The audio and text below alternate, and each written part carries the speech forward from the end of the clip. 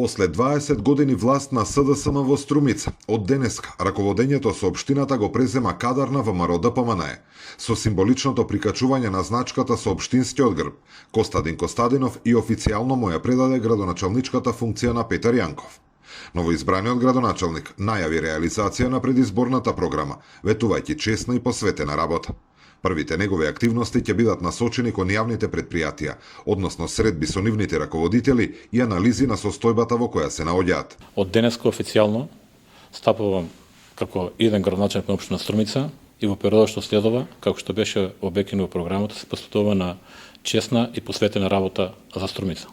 Овие денови, како што е планирано, треба да ја направиме средба со раководителите, со директорите на јавните предпријатија, да поразговараме за тоа во каква ситуација сме и во кој правец се движиме понатаму.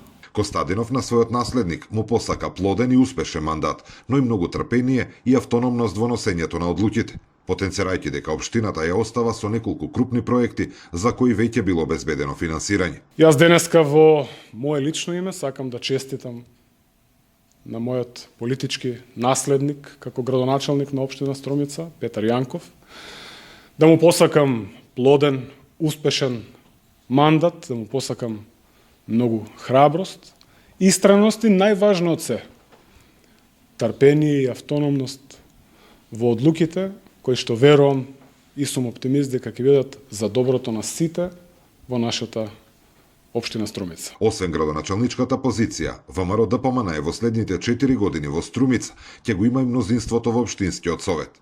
Новиот совет, кој брои вкупно 23 члена, го сочинуваат 13 советници од ВМРО ДПМН, 8 од коалицијата на СДСМ и по еден представник од редовите на Левица и Знам.